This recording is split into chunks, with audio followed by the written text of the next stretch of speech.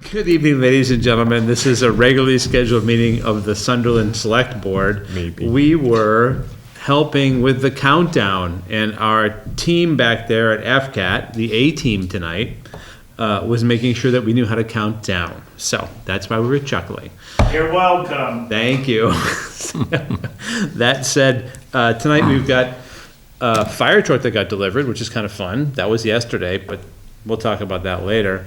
Plumbing inspector's coming in to crank up the rates, so get all your work done soon. Septage rates are going up, get all your stuff poured in the drain soon. And Franklin County Tech's coming, the school budget's going up, so watch your taxes. And on other news, we're gonna have select board updates. Tom's shaking his head, right? We're gonna open the annual town meeting warrant because it's that time. And we're also going to announce the dates for closure of acceptance of the warrant articles, which is about a week from Friday. So, that said, we're gonna start off tonight with any comments from the board or the finance committee. No, it's okay. Board members, comments? Nice new truck, came in Sunday. People Truck came in Sunday. So Steve said, and the officers and the guys on there said that it probably won't be officially on the road for a couple more weeks. They still have to put all the gear away and get familiar with it, learn how to. Give it a shakedown cruise Well, they around need to town. learn how to walk up into it, and There's different controls, there's interfaces, there's a lot of stuff. there's different compartments where things are kept and They're trying to get the Bluetooth working, is that it? a soundtrack. Nice. So, it came in, it was there at Sunday noontime. It looks gorgeous truck. I hope, I told him, I said, I hope it never has to leave the station. That's perfect, that's exactly right. I said, it's an insurance I policy. don't want to see that in our yard, Right. right? Absolutely, Scott, Nice. absolutely. First up tonight, David, anything?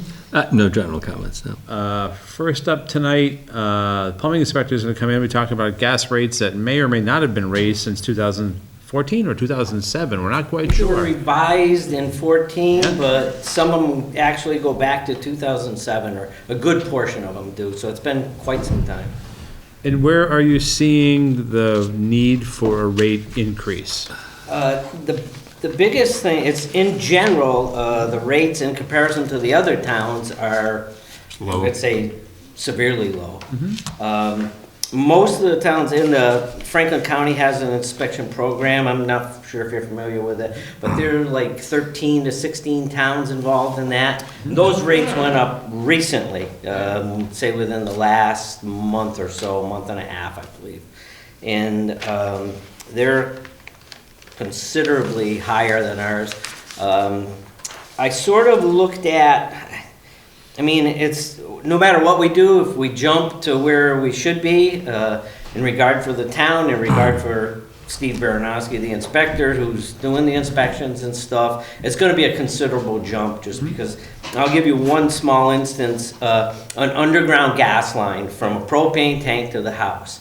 That fee was $30. Well, by the time the town takes their fee out, Steve Baranowski should have stayed home that day.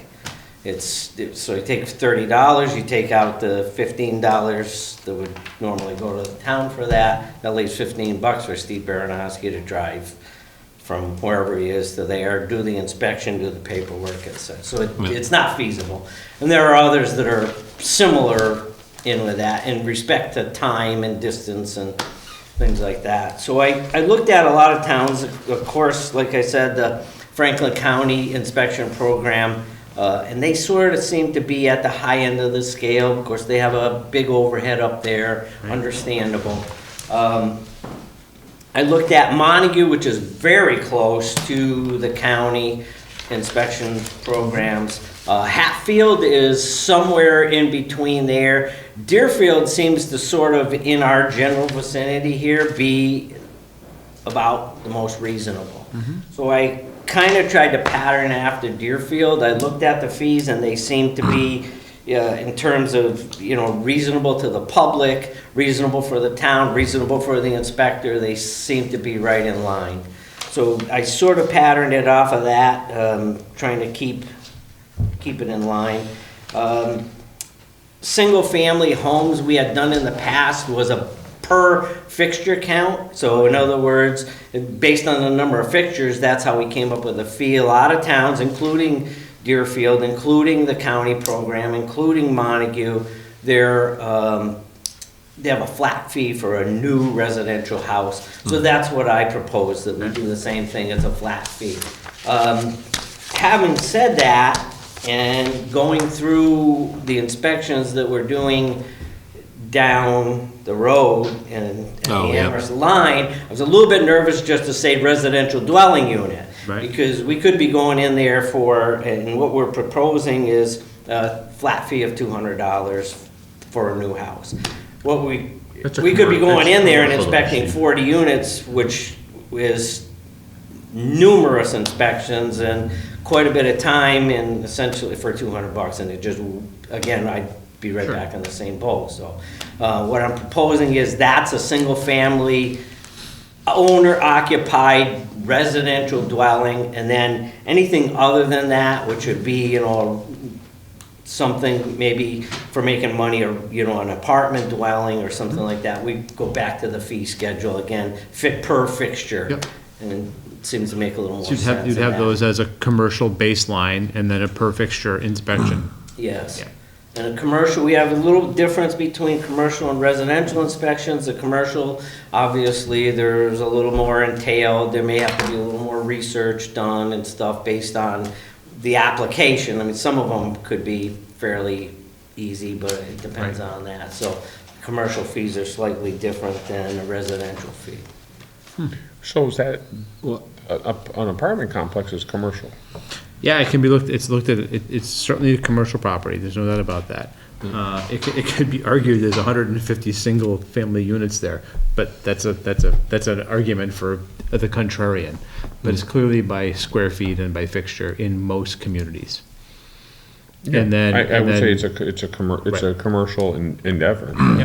I would think, commercial rate, because, I mean, you say commercial, but it really should be commercial/industrial. If I was to change any. Sure. Because and I'm not saying we're gonna have a massive industrial come into town. But just so it's Industrial covered. should be, Captured in that, yeah. you should capture industrial also, because industrial would be your next step. And, Agreed, yes. you know, and that'd be like, what kind of refrigeration system are going in here? I mean, it just gets much more complicated, I Right. think. So you may wanna add another line in there for industrial. Fair point, because it is a more complicated, you have, but not just plumbing, but. Well, I mean, if you put in something, I mean, if they have, I don't know how much I understand backflows are a fixture, so you look for the fixture to be installed according to the plumbing code, but the plumbing inspector derives his statute from 248, and backflow was 310, so they're the same but different, so. That's correct. They're sort of intermingled, right? Right, and so a good plumbing inspector is saying, okay, did the purveyor inspect and okay this? That's correct, yeah. Right, We just and- had a situation locally in this town where a farmer did some upgrades, and one of my concerns going in was that So who the does water it? department had So who inspected. who, would you ask for a cross-connection survey, or would the water department? I typically would call Fred and ask him, and Do a which cross- is what a happened, survey? and Fred called in their surveyor, and Yeah, they and they've made used the Mass They Water. would typically make the recommendation, although there are guidelines in the plumbing code, you know, minimum guidelines to meet, but typically we would like to have the water purveyors Purveyor. input, for sure. Yeah, so I think maybe, Jeff, we have to work with Steve and get an industrial thing also in here. We don't want to sell you short on that, because you could spend a lot of time on inspection there. Yes. So the rates, go ahead, No, I was just, questions? No. Tom, anything Not, else you want to add with respect to, we're doing a step change on the residential side? Yeah. I and the think, commercial side. personally, I think if someone's building a house and they know that they're going to, and you do your rough inspection, your final, and then Well, it could be, just in case. could be an underground inspection, or an in-wall rough inspection, and then Yeah. a final inspection. That's sort of standard scenario. Although depending on the speed of the house and how it's being built, I could be asked to come in, hey, can you inspect the south end of this house? Can you know, so there could be more inspections, but typically it's somewhere between 2 and 3, no less than 2 inspections. Yeah, and again, I think if a homeowner knows they're gonna be $200, or a builder knows they're gonna be a $200 fee for a plumbing inspector, I think they're happy. Sure. I think. Yeah, makes I perfect mean, I sense. would be. I'm fine, Scott. Okay, if there's any other discussion? No? Yeah, go ahead, Jeff. The discussion about multifamily being treated as commercial, should that be explicit? Because the land use is still residential, so a developer may look at this fee schedule and say, it's a residential multifamily, this is the fees I'm expecting, and if the Sure. commercial ones are applied, Well, thinking like a I two-family, would for think, instance? if you put a two-family home up, if you put a two-family up, these so your wording in here should be, it says new single-family, it should say dwelling unit. I don't think it should say single-family, I think it should say dwelling unit. It does say owner occupied in the next column, Yep. right? And then all other residential is next below that. So Steve, are you proposing that first one is $200 for residential, and then under new work, the fixture schedule falls through to multifamilies? Because then you call out a single line for new single family, and then there's all other residential, and That, there's commercial. that would be my thought train. And typically, what would happen is I would default to the building inspector to find out what he was classifying that project or buildings as, whether that's residential, what classification it would fall under, we'd try to follow suit with how the building permit was issued. The only, So Tom, to your point, under industrial, right? You said there's, below the line, all re-inspections. There is commercial under 5,000, commercial above 5,000. It's a relatively rare occasion we get commercial multifamily above 5,000, but we have one right now, right? Pretty straightforward. And it's not uncommon, if you put in 4 units, you could get to above 5,000. In theory, you could get there. So does it make sense for us to have under commercial, both sizes, have that be commercial / multifamily? Because effectively, it is commercial, right? At I the see. top, if you look at I the agree. top line, it goes new single family, then all other residential. So the baseline for all residential, including commercial multifamily, based on this, the way I read it, is a $200 straight up, then fixtures. Yep. That is in line with commercial, under 5,000 square feet, $200 then fixtures. Nowhere in there does it talk about the fact that we have a lot of rentals, Right. which are commercial. So, yeah, after listening to that, then perhaps Right. we should make an amendment to that, correct? I agree. And again, And I think residential resides in a slightly different space, but under commercial, you have a lot of landlords here and a lot of commercial property. in my opinion. Yeah. Okay, not that I'm a plumber, but I did say at a Holiday Express the other night. Did the plumbing work? No, I think if you're remodeling a house into a, you do like a multifamily. apartments, multifamily apartments, it's a heck of a lot to ask the plumbing inspector, who has to ensure that you have the proper vents, you have and a lot of people don't even realize about vents. I mean, it's like, if you lived in Maine, you don't need a vent. Right. But, which is amazing, but you, and I would say it's a lot harder for the building, so I think we should, in my opinion, if you have apartments are on a commercial. Right. I just have a technical question on the language with owner occupied. Like, what if you're coming in and building not that we're a bastion, a vacation land, but if I'm coming in building a single family vacation house, like my summer house, So it's a that- single family house. but, and it's not owner occupied, because I'm only here 3 months out of the year, like, should we, But typically. I know where you were trying to go with that, Right, yeah, and I was trying to differentiate from a rental situation, and that Right. would be the key thing, I think, was whether it was actually a rental property, whether you were using it for financial gain, or whether it was just a Yeah. residence for you. So Scott, what's your recommendation for changing? It seems to me that on the commercial lines, if you did commercial / multifamily and use that fee schedule, right? that'd cover it. Right? All right, so you wanna make a motion for amendment? Just amend that piece. And new single family is pretty well defined, Right. pretty easy. And it says the line under it, and I would say, Steve, all other residential, new work, meaning some renovation happens. That's a fixture by fixture by fixture. Makes perfect sense. All other work, you get re-inspections, and below that, it says commercial. If you go commercial hyphen multifamily, Yes. commercial hyphen multifamily, we kind of capture what you were driving at. Yeah.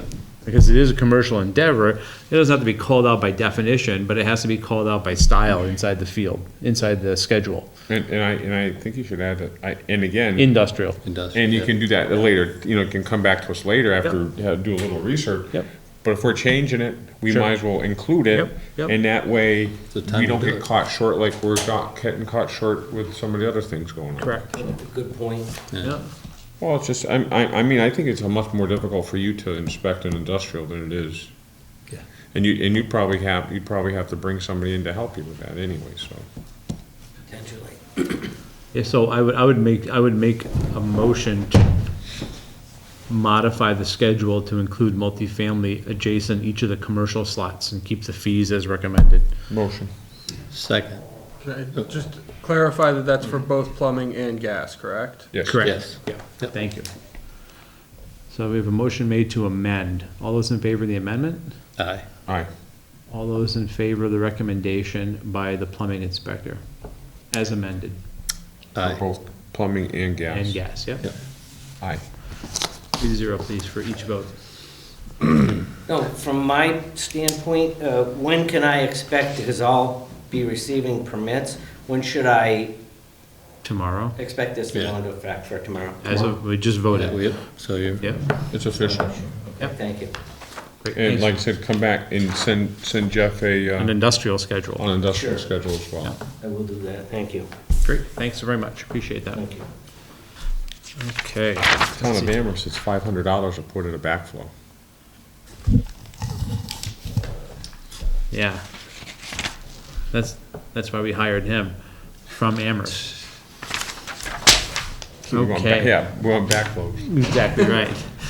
Come on up, Rich, let's talk about septic. We're gonna open a Thanks. public hearing as sewer commissioners right now, we're gonna put our hats on right now. And, we have this posted in the Recorder, public hearing on Monday, March 9th, 2020, at 7 PM to review. We'll give it like 3 more minutes, and you can give us some background before the public hearing actually starts. Discuss the increase of the wastewater treatment plant septage rates, which are currently 8 cents per gallon up to 1,200 gallons, and 9 cents a gallon for any amount in excess of 1,200 gallons. This fee was established in 2008.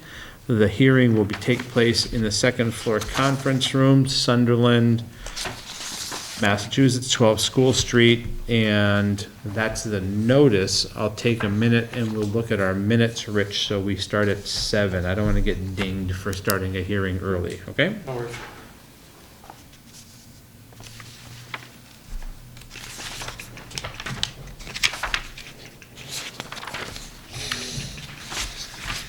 So we have minutes of March 2nd, Motion.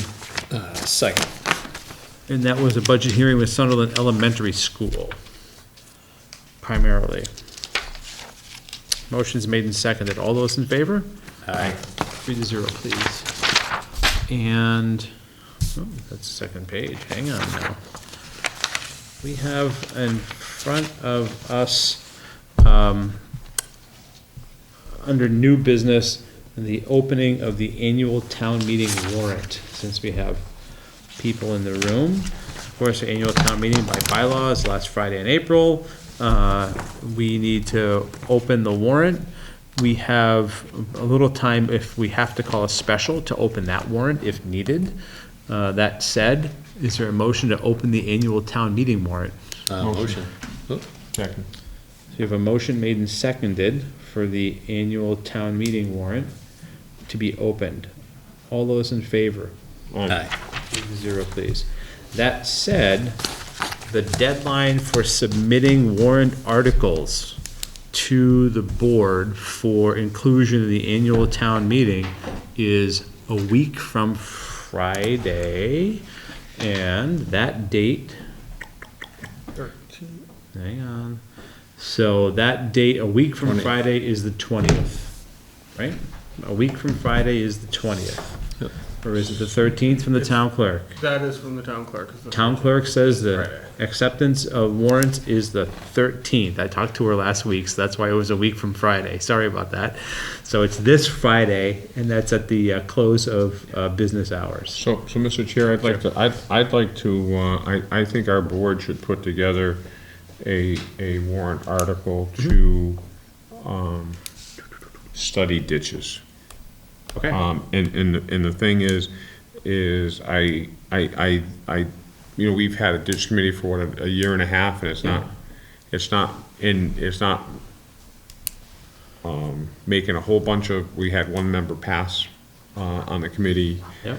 I think that it's when, if someone I have an opinion, Hadley's doing some work in theirs right now. I made some inquiries down there, and it appears that they have easements for most of the work that's going on down there. I've heard that they've had problems now with their culverts going under the roads. Is this in Hadley? In Hadley, Yeah, I that think I know what you're talking they spent a significant amount of money on buying new equipment to make it happen. Yeah. And up to like $500,000. And again, this is just what I've been told, Sure. that buying the equipment, and I think that we should put together, in the charge of that article should be to set out a request and find someone to say, okay, identify the so-called quote-unquote ditches, or if they have been identified by the Conservation Commission. Research the titles to those, see if there's any easements, maybe there's easements, and I don't believe so, because I haven't been able to find anything. Sure. And then the steps forward to, what an engineering plan would entail. Set elevations, the depth, blah, blah, blah, blah, Right, blah. you gotta go and Excellent. refile all And the NOI, paperwork, but yeah, And do exactly. the NOI, the whole thing. I think I mean, that's the biggest complaint I hear in town today is about ditches. Sure. And it hasn't gone away. Right. And we tried with the committee, but I think it was a monumental task, Dave, to tell you the truth. It would give a lot more meat to it, because there's a lot of steps, and the reason it got abandoned a while back was for costs and everything. And, Correct. and we kind of hit on like some of the ideas, like you basically have to define where what your Yeah. ditches are and the areas, because there were some valid arguments that, well, I've got streams in another part of town, what about those? But I think, what I'd like to do is I'd like to put that as a placeholder. And Makes maybe it more official. maybe the ditch committee could have a meeting and shortly, and I'd be more than happy to as well.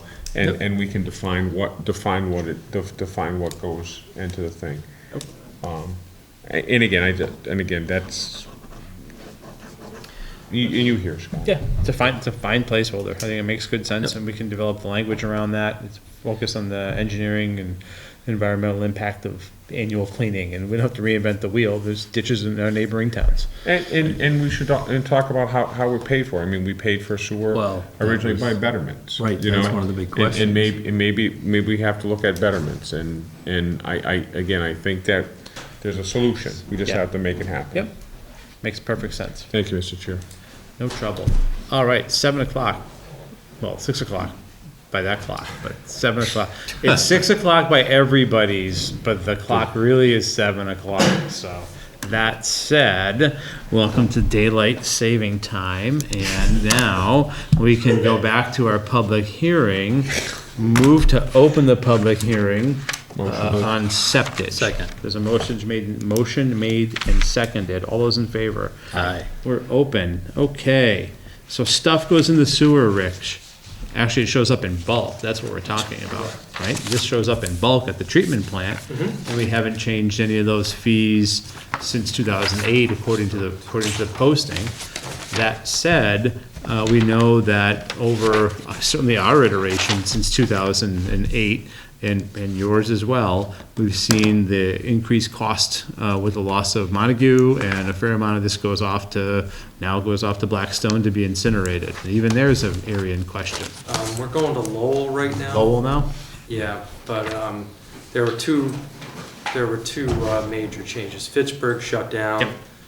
No longer can you ship your sludge to neighboring states. Yep. Rhode Island, Connecticut won't accept them. And the number of facilities obviously just continues to drop. Right, which means the price goes up. Correct. It's just the way it is. Any hope of our neighbors in the north coming up, getting back to speed, to zero fill? Not yet. Okay. That was promising, but that's, yeah.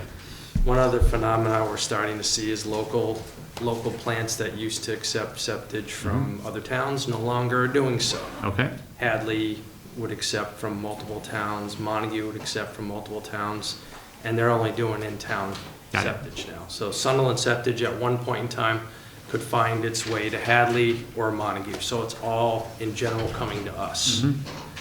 So we're seeing pretty substantial increases in the amount of septage coming in. So with that, if I could, with that, is there any reason not to, how do we go about setting the criteria for accepting septage? How's that for a double words, right? Well, the hauler has to give us a point of origin. Yeah, so we know where it comes from. We know it's coming from inside of the town of Sunderland. It's a resident in Sunderland. Got it. Property owner, rather, we'll say, in Sunderland, and they're disposing of the septage at the plant. So we do know the origin. And the biggest problem is when it comes into the plant, it's not like normal wastewater. It's very high in solids usually, usually either slightly acidic or basic. So it's coming in, and it's a little more difficult to treat, in all honesty. And it does cause us to waste more sludge, which is a cost to the town. There's additional energy increases, those are minor. And septage in general, most treatment plant operators will tell you is generally a headache. Yeah. But in-town septage, obviously, we'll continue to take Okay. and deal with that. So we don't, as a rule, as a practice, don't accept from outside of town. Correct. We want to just have that for the cameras, so you can Yep. see, they can all see it. And neighboring towns have been increasing their rates. I had given you rates, and the one that jumps out is Hadley. Hadley is, they're at 25 cents a gallon. They're more than 3 times what we were, Huh, and they're more than twice what I'm proposing going to. But still, I mean, Amherst is 15 cents a gallon. Greenfield's 9, but they haven't touched their rate in years. Montague's 8, they haven't touched their rate in years. So, so when you had the proposed increases, Rich, are they cost-based, or are these survey-based? Meaning, a little bit of Or each. both? A little bit of each. Our most recent cost increase on sludge is about 8%. got it. And for a while there, when we were going to Montague, we were getting one heck of a bargain just because the trucking cost was peanuts. Yeah. But that ship has sailed, that's no longer gonna occur. So, I mean, the increase I'm asking for is about 25%. And hopefully that's a rate we can set, forget, and leave in place, so we're not revisiting this, you know, more often than needed. Sometime, yeah. Still a good place. Still a good place. Motion. Second. Is there any public comment? It's a public hearing about septage fee increases. Again, as Rich was just explaining, we accept septage disposal in the town to the plant. The rate increase is going from 8 cents to 9 cents over to 9 and 15. Any comments? Okay. No, not hearing any more public comment. I'll close the public comment period. There's a motion on the table to accept the recommendation of the rate increase. Is there a second? Second. Motion's made and seconded. All those in favor? Aye. Aye, 3-0, please. Okay, at this point, we'll close the public hearing on septage fees. And Richard, if you would, continue to keep doing the great work you guys do down there, managing nearly 50-plus-year-old infrastructure. And I'm gonna jump to a little bit of PM work here in just a second. And that has to do with, we did a section of lining that the debt's almost gone on Old Amherst and part of South Main. Is there another section that we should be running cameras through and taking a look at if that section needs to be lined? Again, I go back to the kind of vintage. It's all kind of the same vintage. In general, the next sections we should be looking at are probably Garage Road. Yep. That's clay tile pipe. And from our last round of camera work, which is starting to get a little old too, that was not an immediate need, but you could see it's seeing its age. Starting to go. Yeah, so, I mean, I would consider that would probably be a priority to do some camera work there. And in general, maybe North Main Street, we'll see where that's going, and maybe revisit the part of South Main that we didn't do, Okay. because that's all old clay pipe too. Right. Just a quick history, the storm sewer and the sanitary sewer were once combined. And when they separated that, the oldest parts were the clay tile. That's 1900s. I mean, that's very old. Sure. Early 1900s. And so, I mean, those are the areas we should visit first and get a look at and see where they're at. So as the warrant, annual town meeting warrant is now open and it closes on Friday for warrant articles, would it be a heavy lift to get budget numbers to put on that warrant for camera work? Yeah, no, I understand. Investigative work. Yep. And this coincides with our INI, which is going on regardless. Yes, the INI is going on. Did you want, when you did the INI, did you do camera work also? No. The INI didn't You're include just doing- camera. you're just That was doing flow flow. monitoring mostly. Yep. We've got to do a little bit of smoke testing, and internal inspections, building inspections for various things. And that was only phase one of that. There's a second phase to that has to be done. And, the Department of Environmental Protection's asking us to do a self-assessment. Jeff and I have been working on a little bit of our operation and maintenance of the collection system. They want to know what we're doing and how we're handling that, and that's gonna go into more detail. So overall, I think, it's a good point that we should continue and get a look at what we have and start to inventory what's needed and prioritize what's out there. Sure. Everybody's infrastructure's old, not just ours, but. Great point. I saw Hardwick just with they were just in the paper, 26 million. Okay. So again, our annual town meeting warrant open tonight, closes Friday, even if it's a budget placeholding article to do investigative work, camera work, we can plug the number in as the warrant article is completed and turns into a motion. Yep. Again, I say that because the debt on the lining for the last project is nearing its end, and it's a natural progression to simply retire one and bring another one of size online. Yep. And that's based on, again, the ratepayers, Yep. not the tax rate. Great. Won't toss that much money to camera. No, not for camera work. I mean, a good study. Yeah, the camera work's not too expensive, but Even if you did some of it- that collection system we don't clean annually, Yeah. so I might it's have to gonna get in there. require You have to Yeah. jet it. substantial cleaning Yeah. to get it ready to camera. So, I mean, it's not, the camera work's not big money, but the cleaning, it could be a week or two worth of cleaning to Get it deal with right. that, to get it ready. Okay. Well, probably not 2 weeks, I'm sorry. Still More enough. like a week. So- Yeah, if you wouldn't mind, I know it's short notice, but I think that would be No, we can get helpful that. We can get that to together. all of us. I got clogbusters coming tomorrow. There you go. What Oh. a name for a company, huh? Clogbusters. It's always something, isn't it? Yeah. Yeah, Franklin gonna Tech, call? would you mind if we took like 5 minutes of your time and talked about coronavirus? Not at all. All right. Sorry, Jeff. Do you want to hear a motion to close the public hearing? and I'm vote sorry, on yeah, that? yeah. Yes, Great point. motion to close. Is there a second to close the public hearing? Second. Motion is made and seconded. Thanks, good Talk to Rich catch. all night long. No, exactly. All those in favor of closing? Aye. 3-0. You can call us out at 7:10.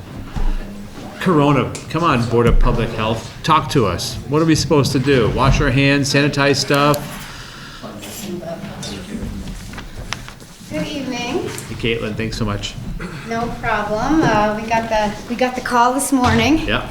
So, pardon us if we've come half prepared, but we. No, it's gonna be, we need to make sure awareness is the key at this point. Absolutely. I'm Caitlin Rock, Chair of Board of Health, and with me tonight is. Cheryl will be Public Health Nurse, Town of Sunderland. Hey, thanks so much, Cheryl. So now we are very lucky to have a public health nurse on our staff. We used to share resources, but now we've contracted with Cheryl Volpe, and so we're very, very fortunate Nice. to have her with us. So essentially what I did in preparation was I went on the mass.gov website to look up what they had up about the coronavirus, which then pushed me over to the CDC website. Got some information, and I do believe you all had a fax sheet. Okay. I printed one out also. The CDC website is, what I like about it is it's up to date. As up to date as everyone is. What I did double check was that our Sunderland town website has the link. Yeah, I saw So that. that was important. Link was up And I there. wanted to make sure, and it was actually Cheryl who made sure it was up there, which was great. Nice. Cheryl actually did a report today, so that, for you guys. So she'll be going over the situation awareness report for the town. All right. Situation Awareness Report, Town of Sunderland Board of Health, Coronavirus, COVID-19. Recently, a new strain of coronavirus, 2019 novel coronavirus, was detected in Wuhan, China. This novel coronavirus causes a respiratory lung illness. This new virus is related to, but different from other coronaviruses that cause the common cold and other diseases such as SARS and MERS. Common symptoms experienced are fever, cough, and difficulty in breathing. Symptoms can range from very mild to severe. As of March 9, 2020, the Center for Disease Control and Prevention reported there are 423 confirmed cases of novel coronavirus, 19 deaths, and 322 individuals currently being monitored in the United States. Data include both confirmed and presumptive cases of novel coronavirus reported to CDC or tested at CDC since January 21st, 2020. This data does not include information on testing results of persons repatriated to the United States from China and Japan. States are actively testing and publicly reporting their cases. In Massachusetts, there have been 27 presumptive cases and 1 confirmed case. A presumptive case requires confirmation by the CDC. Presently in the state of Massachusetts, the total number of quarantine cases, 719. Those that have completed quarantine, 470. Still undergoing monitoring, 249. While the risk of novel coronavirus for Massachusetts residents remains low, there is a possibility we may see it spread at a community level. How to protect yourself from coronavirus. Call your medical provider for fever, cough, or difficulty breathing. Frequently wash hands with soap and water for at least 20 seconds. Cover cough and sneezes using a tissue or your sleeve. Keep a 6-foot distance from people who are coughing or sneezing. In the event that someone is being monitored, this is what the self-quarantine requirements are. Home quarantine for 14 days, and that's regardless if they come from a level 3 or a level 2 country, which I will explain to you in a minute. Case will have contact with public health via telephone and or texting daily. Case will record and report 2 daily temperatures. Limit in-person interactions for non-quarantine household members, meaning if a household member who is not part of the quarantine but decides they need to run out and get groceries, as long as they're feeling well, they just take the same precautions as everybody else. Also would like to advise you that isolation periods may differ depending on the length and severity of the symptoms. So to break down the type of notices, because we keep hearing on the TV about travel restrictions, so what does that mean to us? What that means is there's 3 levels. There's 3, 2, and 1, 3 being the one of most concern, and I'll break it down that way. So level 3 is the warning. Warning 3, avoid all non-essential travel to this destination. The outbreak is of high risk to travelers and no precautions are available to protect against the identified increased risk. That includes the countries of China, Italy, South Korea, and Iran.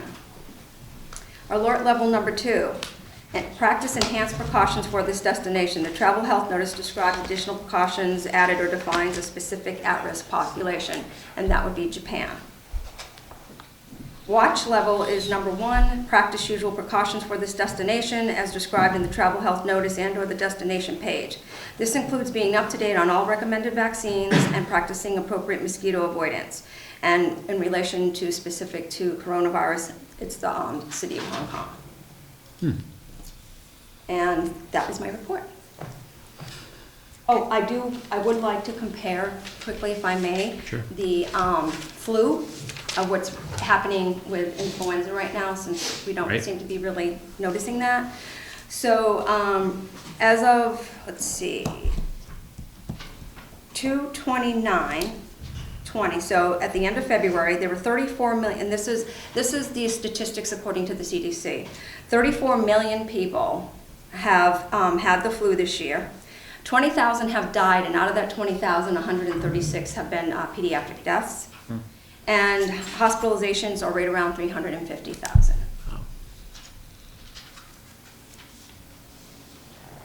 So as you can tell, the flu, bless you, Bless you. is Stay over there. Yes. the flu is far more dangerous to us. And we're much more susceptible to getting the flu than we are to getting the coronavirus. Right. But the problem with the coronavirus is right now, they don't even have treatment, a course of treatment. So that's what's getting everybody so worked up. The percentage of deaths is actually, as the number of cases gets identified, that percentage is actually going down. So it's at about 1%. Now, the 3% everyone's hearing is actually for that province in China. Then if you look at the world, I think it's about 1%, but as the case reporting goes up, that 1% actually goes down. So really what you would do for the flu is what you do for the coronavirus. As far as the community notifications, Frontier has sent out, so the FERCOG has sent out, and that's actually based on the CDC, which sent it to the Massachusetts, which then sent it out to separate boards of health, DESE, the Department of Elementary and secondary education, and then also to nursing homes. sample letters, sample notifications, sample things to do, and they've sent it out. I received one as a parent, but then I also received it through, I'm also on the emergency task force, the emergency dispensing task force, so I've received it through several different ways. Letters home. Smart. Kind of calming, trying to calm, saying practice good hygiene. School systems are trying to explain to parents that, you know, they've been sanitizing since flu season started. So they're trying to just keep that up. And we are doing the same thing in our area. The same letters are going out, the same notifications. I don't know if you've noticed on the highways, the electronic Signage boards, billboards yep. are telling people to go to mass.gov to get the facts. And if, hypothetically, if a case comes, a purported case comes through our town, it gets reported to the Board of Health, to the public health nurse, who then monitors a quarantine, and then gets notification from the physician. Maven. Through Maven. Through Maven. That it was negative after the quarantine. And, you know, so we would hypothetically know what's going on in our town. You know. So there's a method of notification, there's a method of monitoring, that's through public health. Correct. And a public health Which nurse. would be yeah. our public health nurse, And a reporting function. which is a database, a public health database, which our nurse and our inspector have access to. Nice. But we prefer to have the nurse You're right. do it. Yeah. Because I think that plugging in, I mean, we all had access to it, but I chose someone with a medical degree because you can read, but I think that unless you understood what's underneath it. Right. And I'm not saying that Mr. Ball, with all of his history, he actually would probably be the second best. However, I thought that it should be someone with a medical background. I wouldn't want to accessing- give you a deposition. There you go, accessing Maven. And then she can follow up, and then I get all the emails, and then we also have a central area. Smart. You know, so we're very well informed across the Board of Health, across our public health nurse, straight to Boston. Nice. And I think we've done this now with other communicable diseases, with measles, mumps, anything that's come through our town. Tuberculosis especially. So that's, people think about the coronavirus as being the subject matter of the particular flavor of the month. Correct. And it's like, yeah, little things like tuberculosis can roll through at any given time too, right? And it has, and And we've, rabies. And rabies. and- we've done and- it, right. and So, okay, one of the reasons that our board felt it was important is that, I'm gonna go on a limb right now, but I'm gonna pretty confidently say that probably within the next few weeks, there's gonna be a case near us, even our community. I'm not, and that's just Math. just math, yeah. okay? Now, what does that mean? What that means is the best that we can do is for people to take self-responsibility. And that self-responsibility is if you have a fever, if you have a persistent cough, and if you have difficulty breathing, you need to contact your primary care physician. They will, or you can call the Board of Health in the town of Sunderland. We'll get back to you. But we all need to take responsibility, and it's not just for ourselves, but for our family and our neighbors. And if you have a fever, a cough, or if you have difficulty breathing, those three things, then you really need to talk to your primary care physician. Also, if you're over the age of 60, okay, And you may not, and they'll tell you 60 is not old, but when they have looked at over 60, you may not want to go to New York City and visit the Met this weekend. Absolutely. Or the Guggenheim. It's just making good choices right now. And no one wants you to be and no one wants you to ruin your life or whatever, but it's just to use, right now, use an abundance of caution. That's all that they're asking. Well, I think that each person needs to assess themselves individually. Personally, my father just had open heart surgery. He just had a valve replaced. He also has diabetes and he's 78 years old. Would I throw him at UMass at a basketball game? Probably not. Not right. Not during flu season either, to tell you the truth. And so, and yes, we are an international community. Absolutely. So, it's silly to think that, no, we'd never have COVID here, but it's also as dangerous as the flu. So I think that we really need to assess ourselves, assess our risk, and use good clean hands practice. And, the whole 6-foot radius. And I think Caitlin, that's the very most important. important thing is if, and I know a lot of us will, it's easy to turn on the TV, but the simplest thing to do is go to www.cdc.gov. Absolutely. Or And- just go to our website. Or you can And we go have the to links. townofsunderland.us and you can find it there, but go online and read it for yourself. One of the people that writes CDC memos used to live in Sunderland, went to high school with him. The other thing He's a normal person, he writes in a normal language. And if you really want to get technical, you go to John Hopkins Right. Communicable Disease, and you can go on that website and you'll make your head spin how much.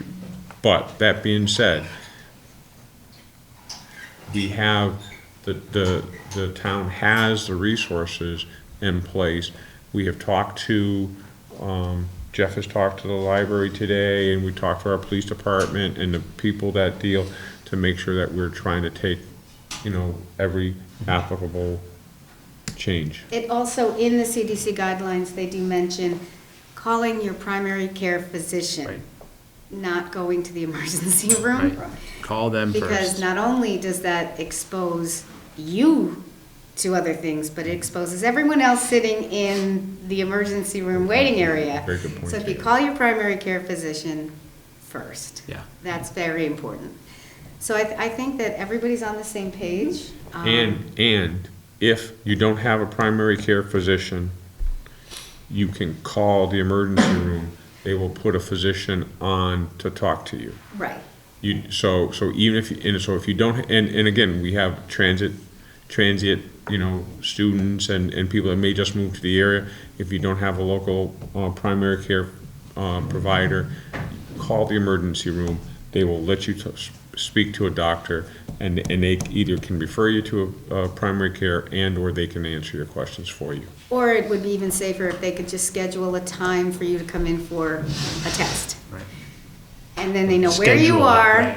where you're gonna be, and get you into a specific place for a test, instead of you sitting and waiting for triage in the emergency room. I just think that it's just safer, make a phone call. I think it was interesting, your numbers that you said 34, 35 million people have already had the flu this year, and the number of deaths that were just from and we haven't even talked about that. Right. Exactly.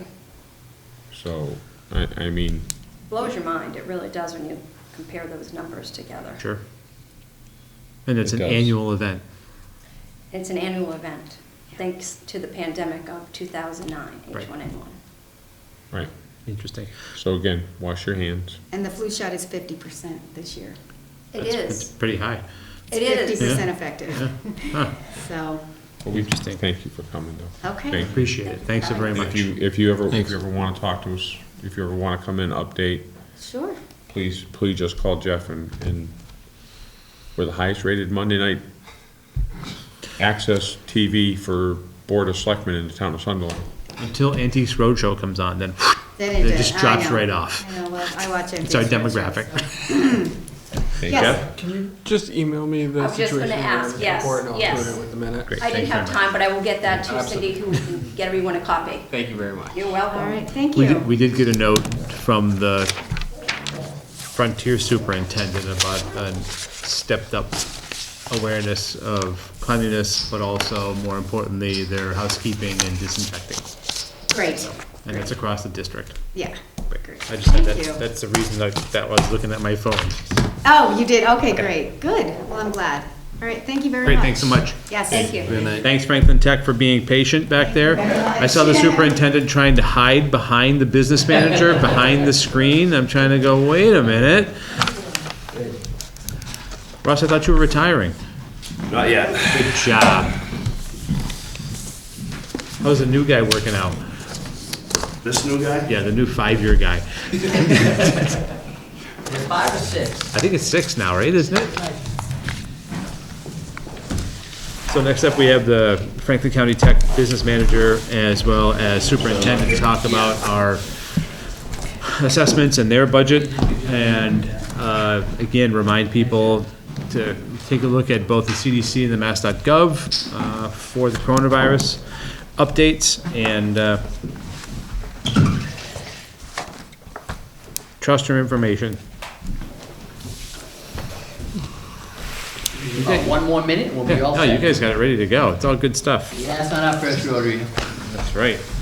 While we wait, any town administrator updates? I'm gonna throw it right out there. This is why we need to go wireless with the monitor. Yeah, right. I wonder what takes so long to put a Go ahead, Jeff. Just a couple of town office building updates. Some plumbing issues have been taken care of. There were Nice. a good thing couple, to do that before the fees went up. Yeah, right. couple of leaks in the women's restroom with the faucets. Those got replaced. Oh, that's cool. Because they couldn't find exactly what model the current was, couldn't find parts. There was a pipe near the boiler that had a little leak, and that was replaced and fixed. And then, I guess it was probably 2 or 3 weeks ago, there was a pipe that had been sealed off, and it was leaking right by the water bubbler Okay. by the restrooms, and we had the plumber come in and just Take care of reseal that. that, and Nice. it's all set. That is, I have more updates, but I No, don't keep wanna going. take- Okay. They gotta fine tune things still. We received 2 requests from All Out Adventures to use the boat launch on September 13th and September 27th. These are Days? Sundays. Sundays? From 10 a.m. to 6 p.m.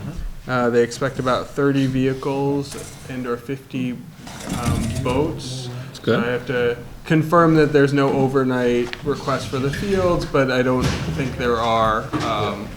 So that's town signs off and then state signs off, so I just wanted to make you aware. And I checked with Jim Bruin. Hush.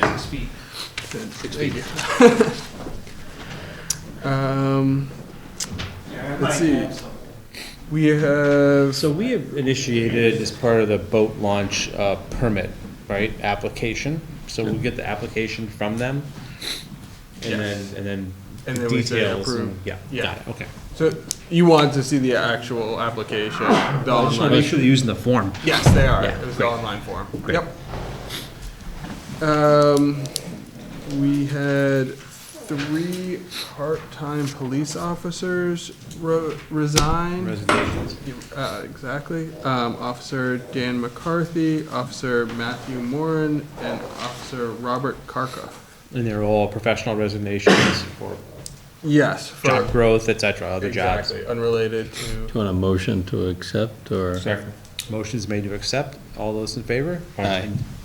3-0, please, with regrets, and thank them and wish them the best in their future endeavors. Again, oftentimes in the part-time world of, public safety, there's a ladder. You either pick up responsibilities at another town you work at, or you go full-time, or stuff gets in the way, or anyway, it happens. So that's what's going on with these 3 applications, these 3 resignations, and I want to thank them for the time they have spent here in Sunderland.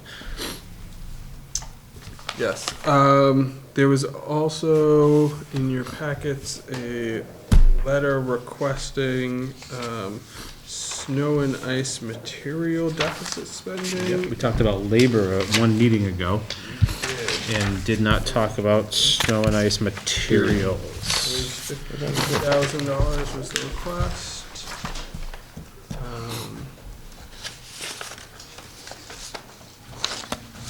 So we did labor only and asked the superintendent about the highway super, I asked Jeff to contact the super to make sure that it was labor or labor and materials.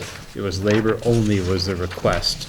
This is a materials request, and that's a $15,000 excess. This is the first one for the material line. Is there any discussion? I know it's 70-degree day today. Yeah. I get it. It's March, though. It could snow a week. I completely understand. It sounds a little odd doing snow and ice material deficit spending, but this restocks the material shed with materials in the event something does happen, you have it, and if it doesn't happen, well, you know what, you still have it. Exactly. It doesn't go bad. It doesn't go bad. Is there any discussion? If not, is there a motion? Motion. Motion's made and seconded. All those in favor? Aye. 3-0, please. And again, that came out of a question to the highway super. Yes, thank you. An update on the North Main Street reconstruction project. The 100% plans were submitted last week, no, 2 Fridays ago, and the Mass DOT rejected them, and the answer that we got is anything that came in over budget by any amount was automatically rejected. It had nothing to do with our project. They are just going, you come in on budget or you don't come in. So the design team went back and looked at certain things in order to reduce the costs, including reducing the northerly portion of it by, I think they said about 400 feet from paving, taking out a culvert or two, doing a little less, I think milling, a little not quite as deep. Depth, right? Yeah. And so I spoke with the highway super. There were a couple things that he wanted put back in. He thought that maybe he would use Chapter 90 funds. He wasn't sure if we could do that. I contacted Mass DOT, and they said, one of the concerns was, would we have to bid 2 projects and then get the contractors to work together and figure out the timing? Mass DOT said, no, we can bid it out. We'll call it a non-participating item. The caveat would be that the town is responsible for whatever the bid comes in for those items. Got it. So, if you want more details from the highway super, we can ask him to come in next week, or if you have questions, I can relay them. Or from CHA. We got the deducts, right? We know what CHA said about the deducts. I think we would be remiss if we didn't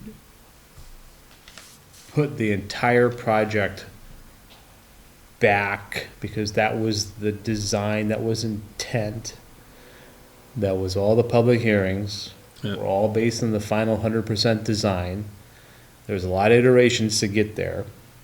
We would need to know what those, I guess you'd call them ad alternates or whatever the DOT version is for Chapter 90 money to pay for that. I think we would be short. It would be short-sighted for us to simply say, yeah, take that out of the project after we spent nearly a decade getting to this point. There's 2 town administrators through this project. 2. You're the 3rd. Yeah. So, that said, this project has been really the undoing of many town administrators, now that we think about it. Yeah, sensing a pattern here. No pressure. So I think it would be important to hear from CHA, is there value in reducing it as suggested by DOT? If there's not, then, figure out a way to keep the project the way the project is. Yeah. Okay. And remind people that this is what happens when you drag your feet and go through multiple iterations of designs and you miss a 2-year window. But that's just me. Thank you. Okay, thanks so much. Thanks for your patience, guys. I really do appreciate it. More than welcome. This is gonna be easy. Our enrollment's down by 5 and our assessment's down by 100,000, right? Wrong year. Damn it! Wrong year. You looked in the wrong column, Scott. Russ, it's always I've good. never known Scott to make a mistake like that. No, that was a softball right there. That's softening the beaches, as they used to say back during other times. So, Russ and Superintendent, I really do appreciate you guys both coming back out. And how's enrollment? Good? Roman solid, yes. Good. Programs are good? Programs are increasing. You guys can afford embroidered shirts? Well, I can, because I actually had to pay for these from the school store. So, Good play. my Good son play. made another one. Nice. So, we were able to, put the brand out there. Good for you. It looks great. And again, thanks for making the Well, time. Thank you for having us. Each fall, we send out a letter to all of our finance committees for all 19-member towns. And we just want to always invite ourselves to be able to present. This year, we've had a lot of invites back, and sometimes it's not every year, like you guys haven't had us for a few years. Yep. So we do like to keep everyone up to date with how we're expending the taxpayers' money and what have we been spending it on. And so we do show some pictures and some videos, and then we lead right up to the number of enrolled in district. We also update the number of enrolled in the town of Sunderland, what's our projections for next year based on applications that have come in. So we try to give you a year notice of what we are looking out for the following year as well. So if you allow us about 10 minutes, we'll take you through it. Great. The first is just a thing that we're gonna be putting out in some of our media outlets. And this is just a 30-second showcase of what we do.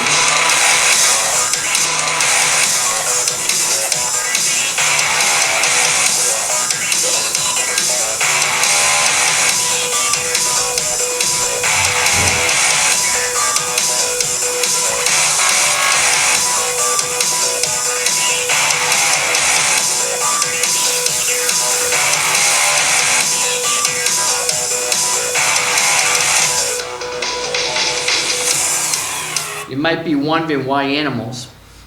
That's brand new to us. We started a new veterinary science program. Nice. It began the fall of this year based on a competitive grant.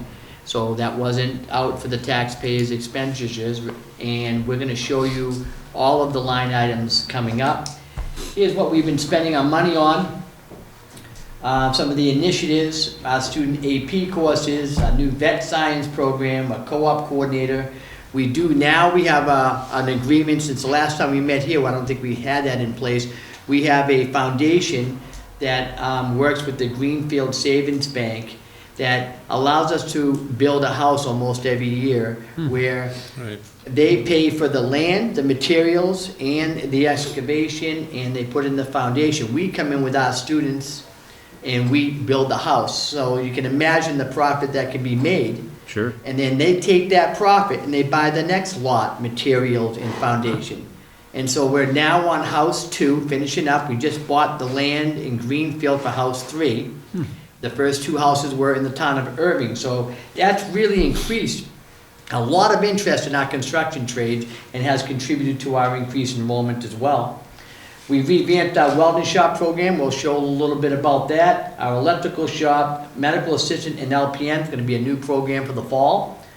Refurbished our CAF, summer school credit recovery, and the 8th grade summer academy in the school store where you see the shirt. Nice. A little plug. It's all right.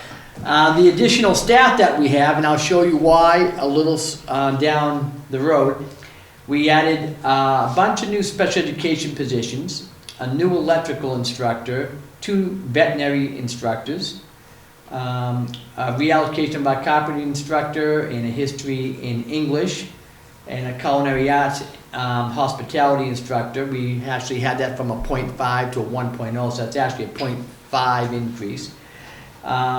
We shared a music teacher with the town of Irving. Nice. That's a unique agreement because he works full-time, he works half-time in the mornings there and comes over for us the other half of the day. A Spanish instructor, our initial agreement was with GCC, where that was a kind of a split as well, and we added a half-time health course. So our schools started up advanced placement about half a dozen years ago, and in short order, we received, we were one of 18 school districts in the state to receive an award for the National Advanced Placement Center. And that enabled us, we were the only vocational school in the state to receive that reward based on the increased participation and how our kids have done with some of the scores. This is just brand new. We started this as the Capital Skills Competitive Grant. We received a grant for this in the excess of $275,000. And this is a 10-second clip of our teacher. We're going to run a CBC in the chemistry. The unusual thing about a goat, when we check it afterwards, you're going to notice that they look like they're anemic. It's going to come back like they have a very low hematocrit. It's because goats have very tiny red blood cells. So we just, they're in uniform. These are only freshmen for this year. Next year will be freshman, sophomore. Year after that, freshman, sophomore, junior, and then so forth until we have a full veterinary program. We are intending to build a veterinary clinic as well. And so we're real excited about that program. It's really contributed to an increased amount of female applicants. Currently, we have 220 applicants, 50% are female. So we don't think that's a coincidence. That never happened to us before. This is just some pictures. We got, and we took over a science classroom and we just put some partition walls up and we reallocated the space. There's a surgery room, there's an exam room. We had some other things going on. Every Friday we have animals from Animal Adventures being dropped off. And this was just, for the kids to get used to some things. But what ended up happening, every Friday, once we got the class up and running, the students would be, as you saw with the goat, taking blood and urine samples. And if you see a bunch of freshman students running around trying to get urine samples from these animals, it should have been on YouTube. Yeah. It was pretty funny. So we had that going, and we have a fish, we work with a local hatchery. So right now we have about 150 trout in that tank. That's magnified as far as my iPhone could do it. And we have a chemical lab as part of the grant. That's pretty neat because the blood and urine samples can show up on this screen and you press another button and it will actually label and tell you what they are. So it's a really good educational tool. We have a grooming area as part of that room as well. All brand new equipment from the grant. And the installation of that equipment, all the plumbing, electrical was all done. We have a state-of-the-art, and that is actually the picture of our ultrasound machine, which can do what the x-ray machines could do 5 years ago. So you don't need to expose the kids to as much radiation because now these machines are quite capable. This is an advanced medical microscope with a screen so all the kids get to see what's going on. This is what's going to start up in the fall. I got another grant for $250,000. We're going to refurbish our health technology shop, which is an existing shop program, and we're going to add a certified medical assistant curriculum and then run some LPN programs in the evening. We are real excited about this initiative. It's going to really enhance the interest in that particular vocational technical program. And the previous season, we had a $500,000 grant that we received, a competitive grant for the capital skills, and we bought robotic arms and about 8 other pieces of machinery, including a CNC bender, cutter, a new ventilation system, tools, and that new ventilation system, we were gonna have to take capital funds to pay for that anyways. This saved us. So it was really nice on that end of it. Here's a new house they built in Irving. They sold it for $238,000. Here's all our students at the completion of the house. With that profit, they were able to buy the next land, lot, materials, and supplies, and they're done with the second house almost. They'll be done by the time the school year is over, hopefully. And from the bonding that we'll talk about a little bit, we were able to refurbish a 40-year-old track, get some lights up there. Our students did all the installation on the light heads, and they did all the parking lot installation as well. They dug the trenches, laid the conduit. did a really good job saving us the ability to be able to afford to be able to do this. Our freshman training program, they learn how to build the little houses first before the big ones. And this is some of the walkways that they have as well. And a new cafeteria, I'm just gonna whip right through this.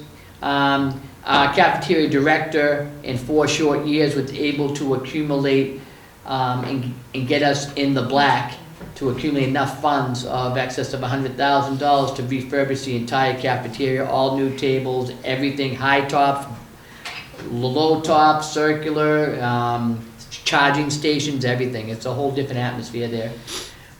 We needed to expand our electrical space. Again, one of the shops that has an increased enrollment based on what we've been doing out there. So we added a second floor, basically, and we did it internally, so it wasn't a lot of expense.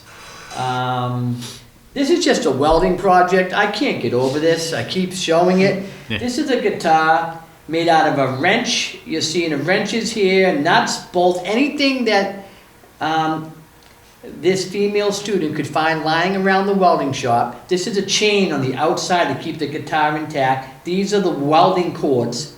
These are spark plugs, right? It is now sitting in a, what is it, an art show? Art show in Greenfield. Nice. Yeah, it's really, I just had to show it off because that shows sometimes artwork when you don't have time in your schedule to run a full-fledged art program. Our kids are creative and they find a way to make that happen. Skills USA is a national competition they go to. We do a show in town. We put a new wood floor in. With some community events, Polar Express, our staff get crazy. And we do a car show. So now let's get to the numbers. All right, so the numbers. Here's our in-district enrollment right now, 485. We are projecting it to be about 515. We're going to graduate 115.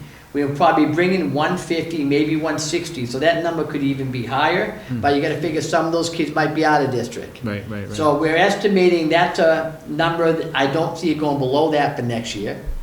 The following year, we graduate a junior class, one of our smallest classes in 10 years, at 103, and we're kind of going to bring another 140 and 50. So that enrollment is going to boost up and edging upon 575 on up. Well, all those special education positions you saw me show at the beginning of the slides, here's why. We have by far the highest special education population in the county. So as we're growing, that number seems to be growing along with it, and we're happy to take kids who need the service that are smarter than Russ and I putting together cars and houses. I mean, I wish I could do half the stuff that these kids could do. So their level of intelligence, they learn a little bit differently. But they're kids that do really well here, as well as our advanced kids. So we have a good combination of the two.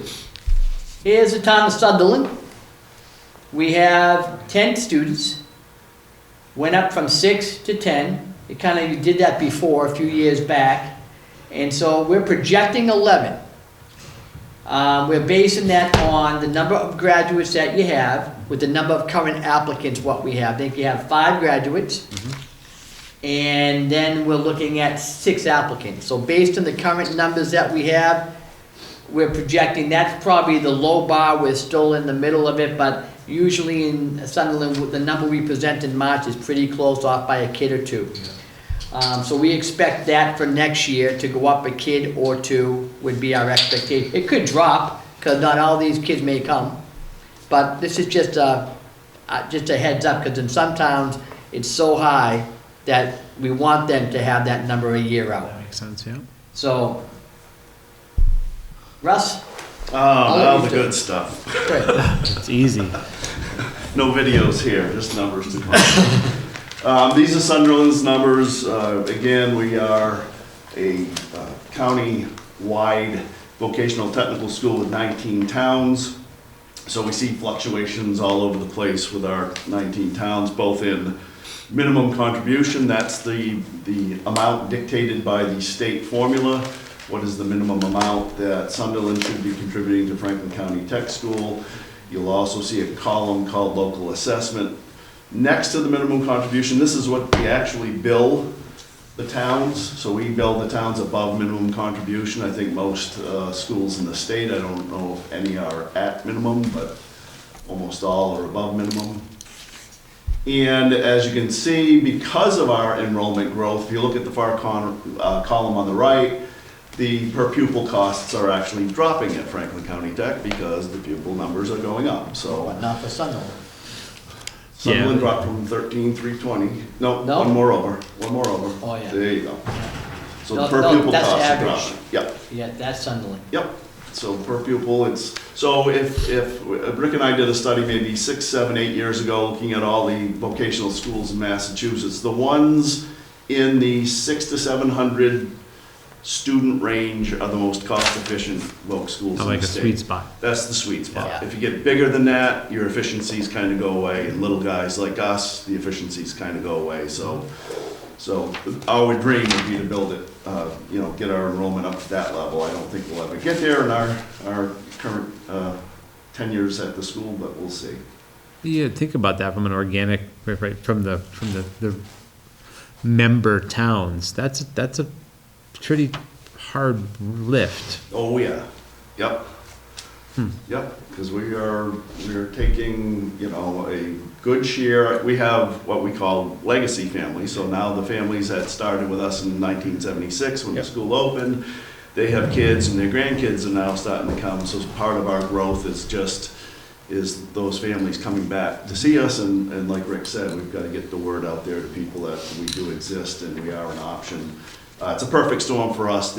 I thought we would see an increase in enrollment rate after the financial crisis in 2008, but as with anything, it takes time. Right. With a couple kids in college myself, I kind of wish they went this path, but we'll move on from there. So we also have, presenting to you an operating assessment, and then we also have a capital assessment. So a few years back, 19 towns allowed us to go out for a bonding for a roof project, a parking lot project, and a windows and doors project that was partially or mostly funded by MSBA funds.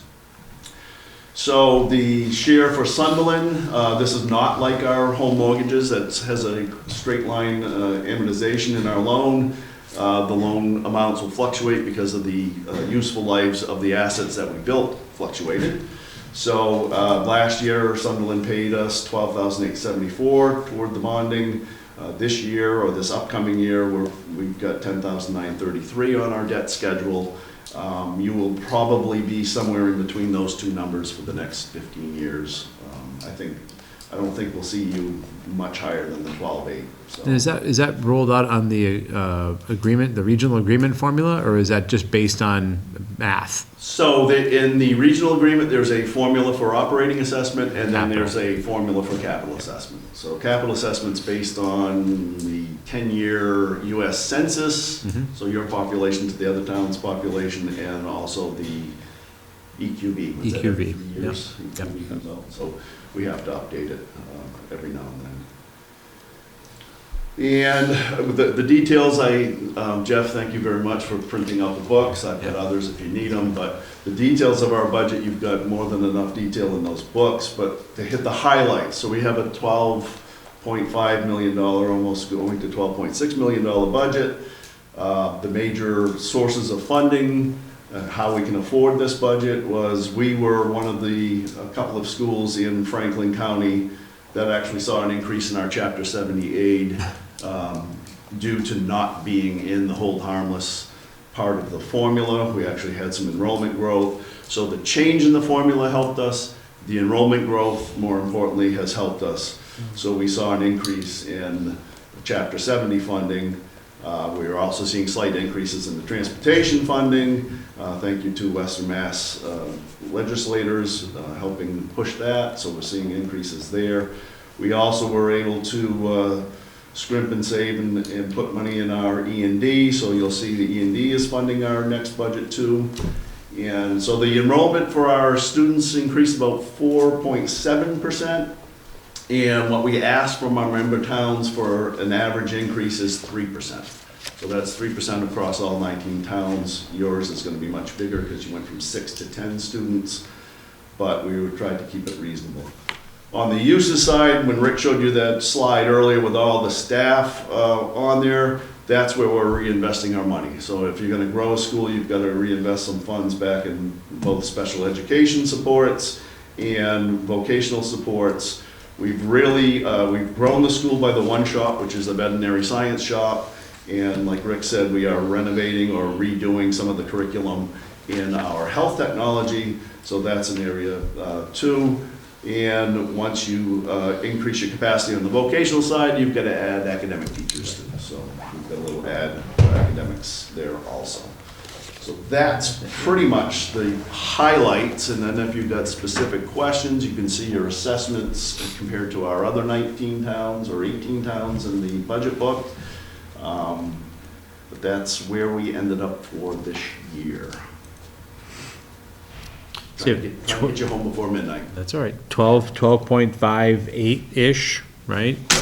That's operating. How much of your grants are funding other sides of this year's budget? And how much of it is likely to fall in a future year's budget?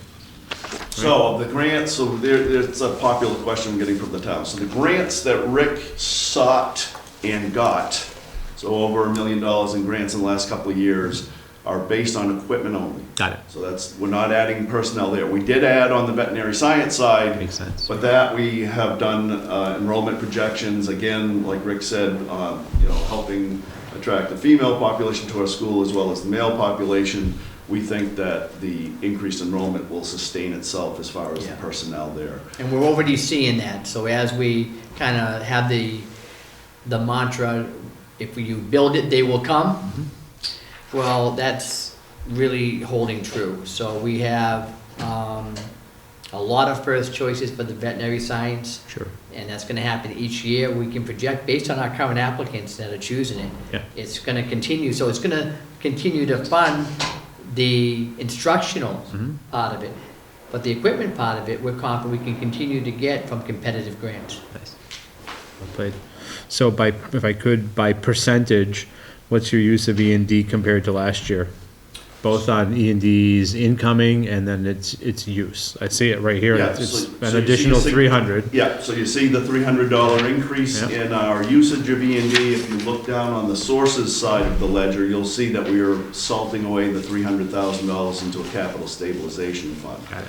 So trying to build out an outbuilding for the veterinary science center, we're hoping through a couple years of salting away some E&D and putting it toward that, and also a project, our Siemens Building Technologies project for the energy efficiency Is it winding down? is winding down. So a couple more years. So and what that we're trying to 15-year lease will avoid end. is going out to bond Right. for a new building. Right. So we think we can do it. Yep. As we start to look at the increase in chapter 70 and our increase in E&D being transferred over to capital stabilization, allow us to fill some gap years in Yep. until the asset acquisition Siemens project winds down, then we'll have funds to actually be able to build the new building without going out to towns. Cool. Knock on wood. That's all right. It's good to have a plan, right? Right. Questions of the board? Those are I did do some homework, Russ. I Just see that. Just a little. I would be disappointed if you didn't have any questions. Tom's got to have a few. Well, I think that the trades need a very proactive. I mean, that's one of the things that holds back an area if you don't have the necessary trades. I mean, right now, try to hire a plumber or a pipe fitter. And you really don't do pipe fitters, but certified welders. I mean, your welding is structural, right? Right. I mean, but if you try to, hire a pipe fitter right now, prevailing wage on pipe fitter is $62.75. Oh my God. Wow. That's pretty good wages. Not a bad wage. Yes, it Yeah, is. that's a very good wage. $62.75. That's around 80. Almost 80,000. So. I mean, the students at Franklin County Tech do not receive a pipe fitters certification program, but they do learn the basics of pipe fitting. Yeah. And they develop their own, and they use it in a couple of different combinations. One in the plumbing shop, one in the welding shop, and the new machine technology shop has some of that as well. I look, when I look at the student cost per community, I think it's a very interesting, you know, there's. Does move around. Huh? Does move around. Well, there's one, I mean, at Deerfield, Sunderland, Conway is right up there at the highest, you know, 18,875 per student. And then there's some other towns that are like at 8,500, 8,600. But again, you have to understand how the formula works. I never, That they won't tell you, and you know why? Yeah. 'Cause I always love to see. They don't know. At 18,875, you are paying the same per pupil as Wellesley, Weston, Wayland, Dover, Sherburne. And I don't think Sunderland, although doing well, isn't in that category financially. Yet your per Probably pupil not. costs are the same. I, That formula is crazy. I had an opportunity to go to Northampton when they were, and meet the co-chairs of the education committee back last fall time, and they were looking at per pupil cost, and they were talking about two towns that were, you know, equal value, you know, that you're showing. And I said, the difference though, in my opinion, is that if Newton's paying 16,500 and Frontier's paying 16,500, is the kid in Newton that's 16,500 has choice of 35 AP classes and they have a Much more robust swimming program. pool and lot so it of says, so there's more to the cost per student Right. than just the cost per student, so you just can't look at that. Yeah. And you're absolutely right. That was my concern. Yeah. And I can say that our Select Board Association has had functions at the tech school, and they've been very, very well received. The students have done a wonderful job. The staff has been outstanding. I think that, and I think you have a competitive enrollment, and I think you do but it's not a restricted enrollment. And that's, and I like the way that you give, you know, make you have the students look at different shops, so they get to understand what the shop, you know, people don't, you know, if you don't, or never seen how that work, you think, well, a kid in 8th grade decides he wants to be a plumber. And, well, that's not necessarily how it works. True. And I think, you know, or you want to be an electrician. Well, you make as a freshman, they do multiple shops. Correct. And then after they do multiple shops, then they rank their shops, and then they, you know, 1, 2, 3, 4, and they may not get number 1, they may not get number 2. Hopefully they do, but, and sometimes kids go in wanting to be a plumber, and then they go, what was I thinking? You know, so you do give them exposure to a lot of different things, so. On average, we have about 92% of our kids get their top choice so far. Pretty good. So that's not bad, and then the rest usually get their number 2. I had a nephew that was at Smith, and there was like 44 people wanted plumbing, and they only accepted 8, so. Could I just comment on one more thing, if you don't mind? Please, no. The floor is Well, yours. one of the reasons why we wanted to go with the veterinary science, one, it's a unique program in the field. It is a field that shows some industry promise. But it also is something as a reflection of coming to these FinCom meetings and these town meetings and hearing about kids going to Smith for $45,000, $50,000 if you count their tuition and their transportation, because they have animals. The program, yeah. So what we were trying to do is to be able to service the communities in which we serve, so that some of those kids now, what we're hearing is that they're now coming here. Well, we're losing kids for law enforcement. Yeah. I don't quite understand that. Well, you know on that piece, In right? the Yeah. Massachusetts Association of Vocational Administrators and with the Department of Ed, there is a lot of movement to relook at criminal justice as a vocational Chapter 74 program because it can be done at any school. It doesn't require special equipment. It doesn't require anything unique.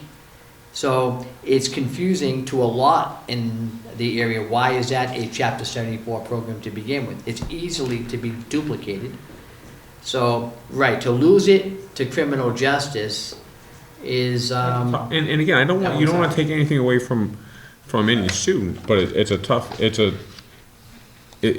tough because I think we offer a good education at Franklin Tech. I mean, I've had some, I've talked to some people in the trade that, they're superior workers and they have a great attitude. I mean, and they've had the basic knowledge that you would have hoped for. So you're offering a good product. And then to lose students for something like that, to me is a tough one. agreed. It's a changing field. Elliot, anything to add? This is gonna just seem a little, going backtracking a little bit, but the E&D credit breakdown, is that going through the same formula equipment for how each town is being assessed? Like, how much of the E&D credit is going towards each town? So before education reform, the town's assessment would have been the same per pupil for every town, and it's just based on your population as compared to the total population. So after we take in the factor of the minimum contribution formula, that's spit out by the state. You take that away, what are we applying of E&D above and beyond that, and the credit we're giving back is straight per pupil. So that's back prior to. So that's anything additional we charge to the towns is straight per pupil. Anything we credit back through our use of E&D is straight per pupil. Yep. It's a fair question. You look at it both ways and go, well, wait a minute, which formula are we actually go ahead and following in this case here? So Scott, you're not concerned about the 520 use of E&D? I'm not concerned that it's the additional 300,000 isn't going to fund the operating budget. It's going to a capital kitty, right? That's the rub. If it was $300,000 of additional expenses that were simply showing up, I'd be like, okay, why are we doing that? So, but if that 300,000 wasn't going to the capital kitty, it'd be coming back to the town? It would be coming back to the towns, right? Correct, and then the theory on That would our be end beyond is your 5%. 4 years from now, we'd be asking for a bonding right. for that building, That's and it. now you're paying that. So we're trying to be old Yankees and just salting away. Like I said, we got two or three bridge years to go, and then our lease So with the Siemens will be done. So you retire that. Yep, and that'll actually help put that towards the building also. So if we can get through this budget cycle and the next, the lease finishes and we can get that. So what'd you building generate for E&D in general? You were certified just under 800,000, right? Like 7 and change? High sevens. Correct. Yeah. Yep. Yeah. So I think that'll leave us with about 250. And so by percentage? With a balance. Percentage? We're above the 5. Yeah. So if you look at state regs, 5% schools can't keep more than 5%. Right. So in working with DOR, you have two options. DOR says you either gotta give the money back as a refund, which we did Reduce the probably assessment. 10 years ago, 12 years ago, I think we did that. And for some of the smaller towns, that seems like pennies on a dollar when you're refunding. So the other option DOR gives us is you've got to show it in your budget that the money's going back to support the towns. So in this in this case way, here- we're supplanting doing any Future future costs. borrowing by taking that money and put it in the capital stabilization fund, which again, your town and our member towns let us establish a fund for that 6, 7, 8 years ago now, I think. And so the logic there is you're offsetting the cost to towns for future debt. Right. So when Which would debt- be, when debt comes up, you can say, listen, we're using that E&D that we squirreled away over those years. Right. And the only way we can get it into our capital stabilization is this one This time method. through the, yeah. Yep. So you'll see it, we had a question from another town about transparency on the whole thing. But I think the way the state has it set up, it's a very transparent process, because obviously you guys saw in 2 seconds. You gotta account for it. There's a jump of V&D here, and there's a chunk going into some capital stabilization down there, so it's. Yeah, we look at revenue. Lot of look at expenditures, but Look at the revenue. we for a long time looked at revenue. And- And I would just look at the amount that's going to the ratio, you know, when you look at percentage, again, Yeah. we're 18,875 versus some community at 8,000. Right. So, Right. That's a good so point. I don't know what the capital reimbursements, the rates are on the capital Sure. reimbursements, but, Ours so we're is taking, 11 we're this year? putting a higher percentage. We are. Yes, Yeah, we yeah, are. if you look at it as a full 300,000, not proportionate. If you looked at a proportion, we're contributing, the assessed value in the future to Sunderland would be higher than Correct. than only 2 other towns Correct. are higher than us. Right. You're considered one of our rich towns. Oh, how fun. You and Leiden, and like you said. Yeah, well, Leiden's always been Well, rich. Leiden's one person. Right, exactly.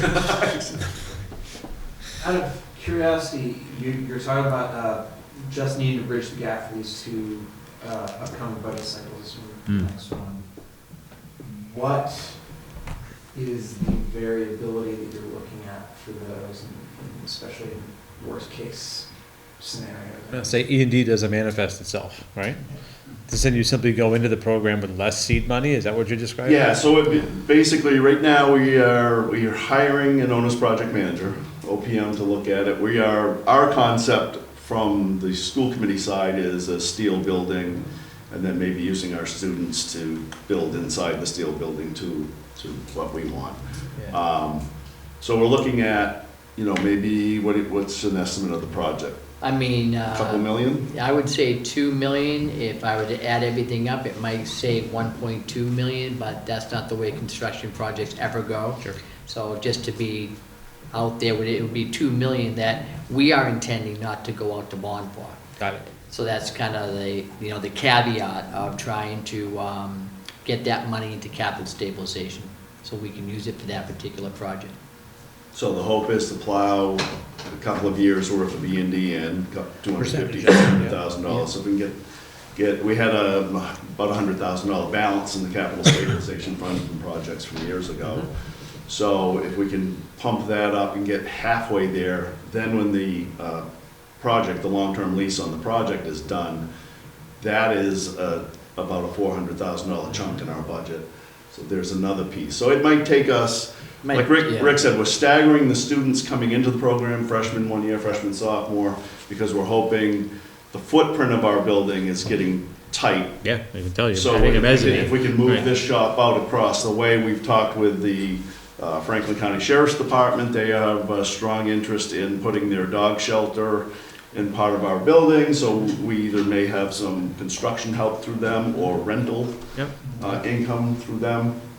So we're looking at different avenues as far as that goes. So like I said, I think if we can get, a couple of years built into this capital stabilization fund, being able to progress with an owner's project manager, getting maybe the design and some of the materials bought, and using student labor, we got our fingers crossed. That's an that we important pull that point, off. because the animal shelter, when we work with our program advisory board, we want to make sure that we're not pulling from local vets and their customers. So having the animal shelter as an opportunity to access animals and be able to work on them for free, that's the best case scenario for everybody involved. Because we are not going to be a competitive clinic. We're a learning institution. So we have already begun the process by having Touch University on our program advisory board. We have UMass, they're starting a new veterinary program, so they're on our advisory board. We're gonna, in the future, be adding articulation and college credit bearing courses for these students. So if we're adding 20 kids a year to that program, it's 80 kids in our building, it's not gonna sustain itself. So we definitely need the clinic. Right. And all the kids will learn, there'll be a classroom out there, the whole 9 yards. So it's gonna be required space. Right. And a unique space, mixing animals inside your building, just the way it is, outside of the, Interesting. I'll set shot. Questions, David? No, my questions were on the grant stuff earlier, so that I got answered. So is your LPN a challenge to, or is it a feeder for the LPN RN program at GCC? What we're looking to do is partner. Partner with them. Yeah, to have a evening program at Franklin County Tech, utilizing our new lab. Yep. That would be, that's the beginning of the discussions now. So we just got approval to actually publicize the grant on February 25th, so this is all Brand new. Nice. You heard that, FCAT? Cutting edge right here. So tomorrow, the recorder will be calling you going, hey, did they say that last night?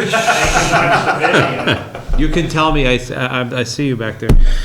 Oh, I didn't get you waving, it was on Okay, there. okay, good. They But to do. give Rick some credit, I mean, a lot of this is not staying nimble and trying to change our programs to what Tom had said earlier about, you know, you're trying to focus on what our community needs Yep. for trades. Rick's very active on the Regional Employment Board, so both the veterinary science, believe it or not, for our county, there was a huge need for vet techs, and you're doing the same thing with the nursing program. So obviously, the health industry, we all know, because we all go, right? We're all getting to our older. doctors, to the pharmacy, or wherever we're going, we seem to be constantly visiting something in the health industry. And that, again, is another thing that was strongly supported by the Regional Employment Board on what we're doing. So I give him credit for doing the research and moving the ship in the right direction. It's tough moving the ship. You gotta push the nose and wait about a year and see what direction it goes in, then Yeah, push this it is what, again. year 11 for me there, Yep. in a different capacity, but still, it's like moving the Titanic. Yeah, just keeps moving. That's Well, the fine. next thing you can work Yeah. on is municipal accounting. Think about municipal accounting program. There we go. Because Lord knows we can't find enough of them. Isn't it true? Sorry, Russ, it wasn't necessary. Dying breed. Dying breed, exactly right. So will Gil Montague get a free treatment for our new therapy animal? Probably, yeah, absolutely, Nice. that would make sense, yeah. Well, thanks so very much for both the initiatives that you've spelled out, but also, a clear present budget presentation as always. It's the standard we look for. And Scott, we miss you at collective bargaining time. You used to torture yourself every 3 years and come up with. I started, both Rick and I started with not a gray hair. Not one. I did something No, wrong. not one. And then the 14th of negotiation, and you look at him now, he's just worn to the bone. Yeah, he's got a good point there. Well, thanks so much. We appreciate you, it. guys. Very, very Thanks, much. guys. Good night. Okay. Last up, we have our annual meeting is open. Our warrant, again, we're stop accepting warrant articles this Friday. Warrant submissions this Friday. Annual town meeting is we're due by the 13th. I should have just read that. That's the warrants, right? And we're on for the 16th, a week from today. Are there any further board updates? We got a truck. We did that piece. We did. Anybody, the 26th or 27th year basketball tournament's supposed to be kicking off, I think, Wednesday night. So Wednesday, Nice. Thursday, Friday, Saturday, and championships on Sunday. So if you wanna, It was 25th a couple of years ago, right? yeah, I think it's like 27 now. So if Wow. you want, Local March Madness. they have the kids will be playing down at the Sunderland Russ. Elementary School the first couple nights. We'll also play in Deerfield and Whately. So Nice. if you get a chance, go down. Free admission. That's great Always stuff. buy raffle ticket. And it's busy on the weekends, right? You get down to Busy on the weekends. Nice. And probably there should be, breakfast maybe? Are you guys doing They breakfast? usually do a pancake, they used to do pancake used to be. breakfast, so, yeah. So have fun. Okay. All right. Elliot, anything? Jeff, anything? A couple more updates. Go for it. Let's do it. They'll be quick. One, we got feedback just before the meeting started on FERCog's district local technical assistance. We were approved for technical assistance for the open space and rec plan. Oh, nice, good. We were not approved for the culvert project. That's the one we wanted. Oh, That's all right. Put it to, they said maybe there'll be funds, and the other one was that was senior one of the mobility. big things we want to do with the ditch stuff. Rides to share that we were not approved for. So, open space and rec, and it's coincidentally timed with the open space committee being appointed with a charge, that's helpful. Yep. Thanks, Rick. Yeah. And the, I am still working on the letter thanking the governor, lieutenant governor for the community compact grants, compiling all that information, the massed out letter about traffic, around North 116 Flats. Oh. Plum Tree. You know, we beat up the state pretty hard about the intersection this summer. This one. Yeah. Yeah. And it looks like they stayed on it. Looks like they've worked it out. The no turn on red. They've got the. Between that and The the timing, the arrows, Right. the pedestrians, actually, one subtle thing people may miss unless you walk across the intersection is actually the pedestrian light is longer. It is. Yeah, I think we should send Mass DOT a thanks. that's a good I point. mean, they get complaints all the time, but I mean. Complaints come in fast. But we were pretty strong, we were pretty aggressive. But they, to their credit, they came out, they tried a number of different things, and Well, they did, from doing the Seems to be no working. turn on red, and then Yep. the sequencing of the lights, and then the arrow, they installed the arrows, Right. they did a lot of stuff, so, Yeah, I think that makes sense. Send them a letter. I mean, they did. Yep. They did it, and there was a lot of naysayers. Yep. So District Two and engineer, is it Ben, How? Bao Wang. Bowwing, Yeah, yeah. Bao Wang. And then, the District Two, director. Yeah, I mean, it seems that they fixed it. Yep. Yep, I think that's fair, you're right, because they that. do You get have that- loads of Is complaints. that draft but- for us for next week? Great, thanks, Jeff. But they did a good job. And at the same time, second correspondence, if they could give us any updates about their thoughts on that intersection. Right, Separate yeah. correspondence, Yeah, right, Yeah, right? yes, Definitely. good You point, know, Scott. we really appreciate the work that's gone on. Yep. However, No, not even, we Yeah. can, separate correspondence. And- we Yeah. wanna, we wanna be active participants. Yep, yep. So, Exactly right. So Right. in that, if there are any updates, we can certainly extend an invitation to a future meeting. They can brief what us makes the on it. democracy work, active I've participation. reached out to Maureen at Good. FERCog to try and start scheduling Yeah, that that for them kind to of come thing. in. And that's an outcome. There was a meeting last week of the Village Center Committee, Working Committee, and these were two elements that came out of that. And Jeff started right away the next day, immediately, 7:15 in the morning. Throw it right into it. Ish, was it that late? Nice. Okay, we have a correspondence here from, this will be the last item, from Representative Blay about projects. And the question I had, I think I had asked Jeff about was, design projects, or is this like nuts and bolts projects? And have we heard anything about it? Because if it's a nuts and bolts project, that's a pretty easy list. If it's, design work, is that something that's applicable? So, I did not get a response. just reach yet. out if you would. I will reach out, yeah. Appreciate that. Clarification, yep. Excellent. Given that it's due before Mm-hmm.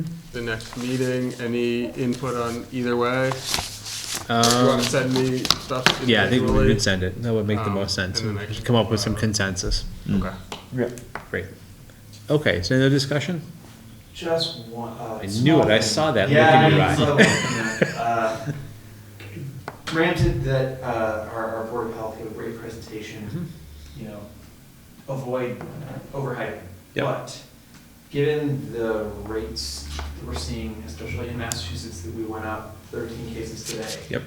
Which is almost 50%. Mm-hmm. And our town meeting is the 18th of April, is that right? It's about 18th. 6 weeks from now. Right. If things are going up, are there special procedures for a town meeting if there are? You can always, You have a mechanism, you can always cancel it and postpone it, or you can postpone to a date certain. Right, you have to, I think because it's a to bylaw. answer your question, I mean, there's nothing specific to that cause, but, you know, we, like Scott was saying, yeah, we We'll have to do reschedule. some homework ourselves. Think about what those mechanisms are and follow the data. Yeah. Keep everybody 6 feet away from one another. Yeah. Double spacing of the chairs, I like it. You might actually be able to do that with the number of people that show up in Yeah, that right. room, you know? You But probably it's a could. consideration, all of the public forms of gathering. Yeah, I mean, yep. especially looking at the, you know, the low turnout we have, but the makeup of, Yep. of the folks that turn out is. Good point.